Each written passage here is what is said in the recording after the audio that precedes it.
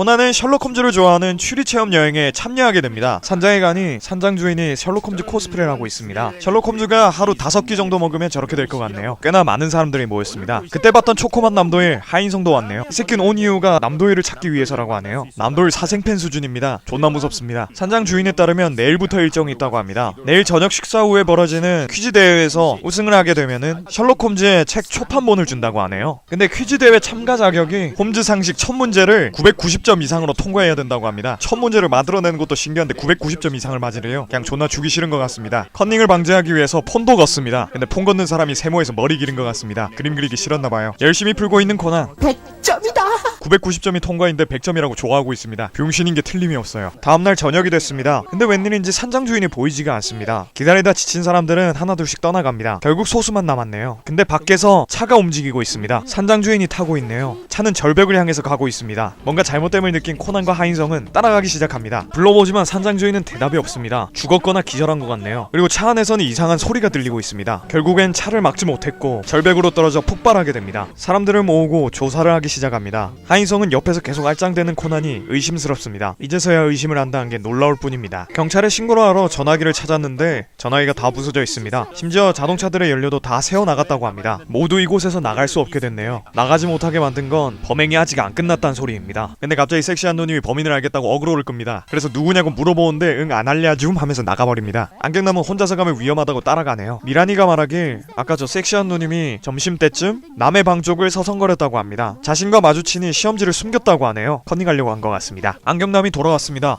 사람들은 범인이 누구냐고 물어봅니다. 하지만 자신한테도 안 가르쳐줬다고 하네요. 시간이 한참 지났는데도 그 섹시한 누님이 돌아오지 않습니다. 역시나 죽은 거 같아 살아있네요. 그래서 범인이 누군지 물어봤는데 사실 페이크였다고 합니다. 진심 쌉관종이네요. 그러곤 산책하러 갑니다. 뭐하는 년인가 싶습니다. 그렇게 소득 없이 다같이 모여있는데 갑자기 어디선가 폭발음이 들립니다. 나가서 확인했더니 차고 쪽이 불타오르고 있습니다.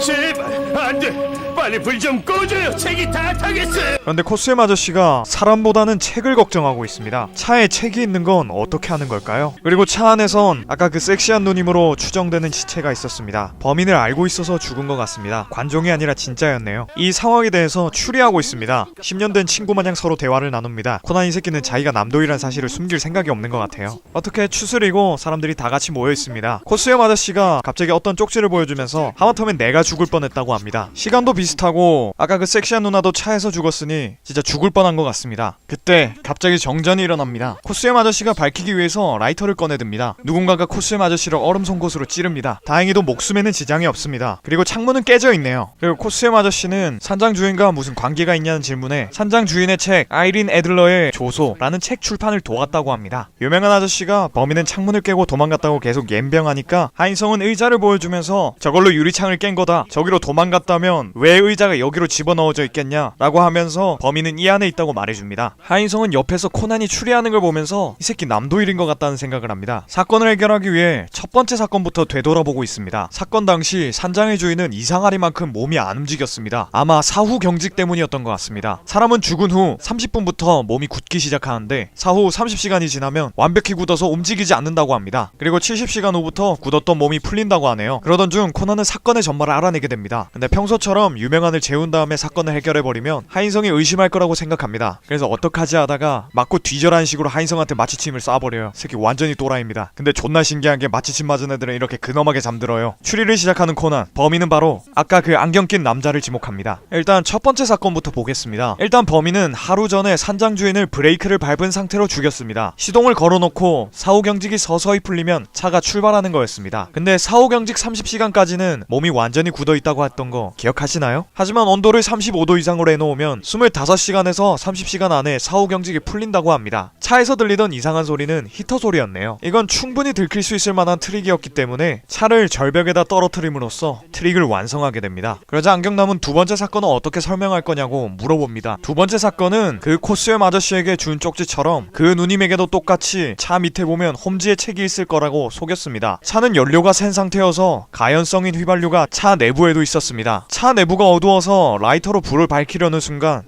휘발유와 반응해서 폭발을 해버렸던 거죠. 라이터를 들고 다닌다는 걸 알기에 할 수 있던 범행이었습니다. 죽인 이유는 자신이 범인인 걸 알고 있기에 죽인 것 같습니다. 원래 이 트릭은 이 코스염 아저씨를 죽이기 위한 트릭이었는데 계획에도 없던 살인을 하게 돼서 이 코스염 아저씨를 죽이기 위해서 얼음 송곳을 사용한 것이었습니다. 자, 그러면 여기서 의문점이 하나 남습니다. 그 누님은 어떻게 이 안경남이 범인인 줄 알았을까요? 누님은 안경남의 답을 컨닝하기 위해서 안경남의 방으로 갔습니다. 하지만 안경남은 산장 주인을 죽이기 위해서 방을 비웠었고 누님은 안경남의 시험지를 봅니다. 하지만 시험지는 한 문제도 풀려져 있지 않았죠. 채점할 사람이 없다는 걸 알고 있었기 때문에 풀지 않은 것입니다. 이 새끼 범행이 다 밝혀져서 이제 범행 동기를 자백하기 시작하는데 동기가 진짜 리얼 가관입니다. 아까 산장 주인하고 저 코스염 아저씨하고 아이린 애들러의 조소라는 책을 냈다고 했죠? 그 책 때문에 죽였다고 합니다. 일단 참고로 아이린 애들러는 셜록 홈즈의 연인과 같은 존재인데 그 고고한 아이린 애들러가 조소, 즉 비웃음을 한다는 게 말이 안 됐대요. 그래서 죽였답니다. 사람 새끼입니까 휴먼? 존나 말 같지도 않은 이유로 울어 제끼는데 그걸 또 엄숙한 분위기로 받아줘요.